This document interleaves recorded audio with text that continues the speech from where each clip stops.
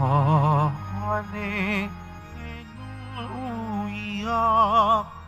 Hallelujah, Hallelujah, Hallelujah.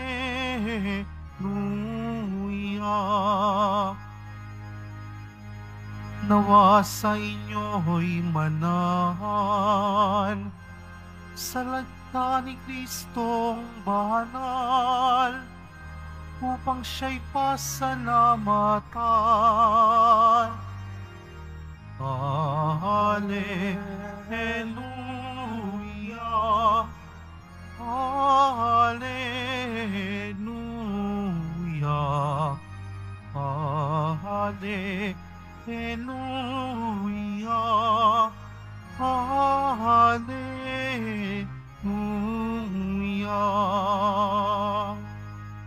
Sumainyo ang Panginoon. At sumayo rin. Ang mabuting balita ng Panginoon ayon kay San Marcos. Papuri sa iyo, Panginoon. Noong panahong iyon, pumunta na naman si Jesus at ang mga alagad sa Jerusalem.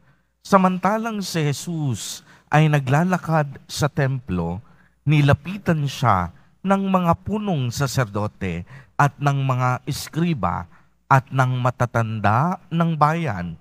Tinanong siya, "Ano ang karapatan mong gumawa ng mga bagay na ito?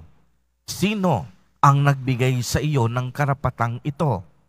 Sumagot si Jesus, "Tatanungin ko rin kayo. Pag sinagot ninyo ako, saka naman sasabihin sa inyo kung ano ang karapatang kong gumawa ng mga bagay na ito. Kanino nagmula ang karapatan ni Juan upang magbinyag?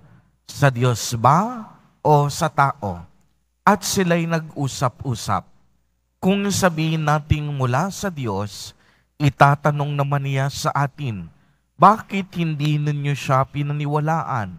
Ngunit kung sabihin nating mula sa tao, matatakot naman sila at baka kung anong gawin sa kanila ng mga tao. Sapagkat kinikilala ng lahat na si Jesus at si Juan ay isang propeta. Kaya't sumagot sila kay Jesus, "Hindi namin alam." Sinabi ni Jesus sa kanila, "Hindi ko rin sasabihin sa inyo kung ano ang karapatan kong gumawa ng mga ginagawa ko." Ang mabuting balita ng Panginoon. Pinupuri ka namin, Panginoong Hesukristo. Magsipo muna ang lahat. Magandang umaga po sa inyong lahat, mga kapatid kay Kristo.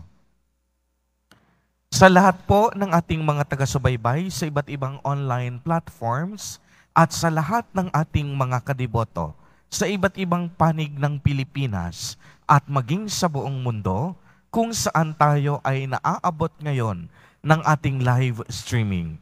Mapayapang umaga din po sa inyong lahat. Purihin at dakilain natin ang ating Panginoon, ang mahal na poong Jesus Nazareno. Mga kapatid kay Kristo, maliwanag pong narinig natin sa araw na ito sa ating ebanghelyo na muling tinutuligsa ang ating mahal na poong Jesus Nazareno ng mga punong saserdote, ng mga eskriba at ng matatanda ng bayan. Tinanong nila si Jesus kung anong otoridad o karapatan niya ang nagbigay sa kanya upang gawin ang mga bagay na iyon. Labis ang pagkainggit ng mga pinunong ito kay Jesus Nazareno, lalo na't nakikita nilang maraming tao ang humahanga at patuloy na sumusunod kay Jesus Nazareno. Nakalulungkot lang isipin na may mga taong imbis na maging masaya para sa iba, ay inggit ang nagahari sa kanilang mga puso. Minsan, Kung sino pa ang gumagawa ng mabuti, ay ang siya pang napapahamak. Kung sino pa ang mabuti, siya pa ang sinisiraan at hinihila pababa. Kung sino pa ang mabuti, siya ang ginagawan at pinagtatangkaan ng masamang balak. Minsan nga, hindi lang ordinaryong inggit, kung hindi gumagawa pa talaga ang ibang tao ng mga bagay na ikakapahamak at ikalulugmok ng kapwa.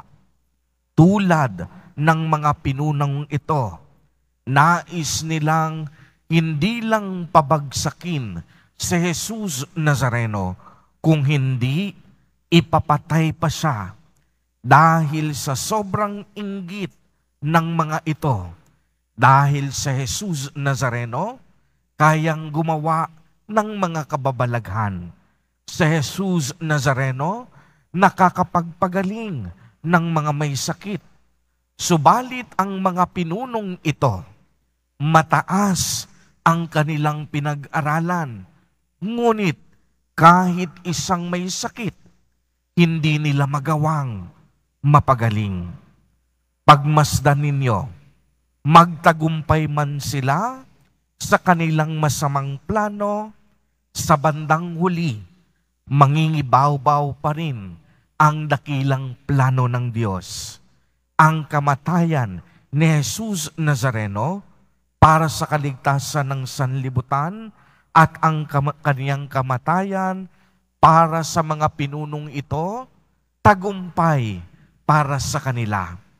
Pero sa ating may pananampalataya, ayon sa plano ng Diyos, magiging dakilang tanda ang kamatayan ni Jesus bilang palatandaan na walang patid ang pagmamahal ng Diyos Ama para sa atin. Dahil ang kamatayan ni Jesus ang magbibigay sa atin ng buhay na walang hanggan, ang kamatayan ni Jesus ang tutubos sa ating mga kasalanan. Mga kapatid kay Kristo at mga kadeboto, gawin po sana nating inspirasyon si Jesus Nazareno. Ipinakita niya na ang isang mabuti, kahit nasa paligid at gitna ng masasamang tao, mananatili siyang mabuti. Hindi siya nagpaapekto kung anong paninira ang ibinabato sa kanya ng ibang tao. Hindi siya magiging masama dahil masama ang mga nasa paligid niya. Subalit sa gitna ng kasamaan, nagniningning pa rin ang kanyang kadakilaan at kabutihan. Ibig sabihin, ang mabuti kailanman hindi mababahiran ng kasamaan. Ang mabuti sa bandang huli ay magtatagumpay laban sa kasamaan. Mga kapatid kay Kristo, sa mundong ito na kung saan umiiral ang galit, hinanakit, pagkainggit at pagkamuhi, piliin pa rin nating maging mabuti. Magsabog tayo ng liwanag at inspirasyon kapag pinili natin ang mabuti. Pinipili natin ang Diyos at ang Diyos ang siyang maghahari upang tayo ay Kaniyang pagpalain. Amen. Purihin at dakilain natin ang ating Panginoon, ang mahal na poong Jesus Nazareno.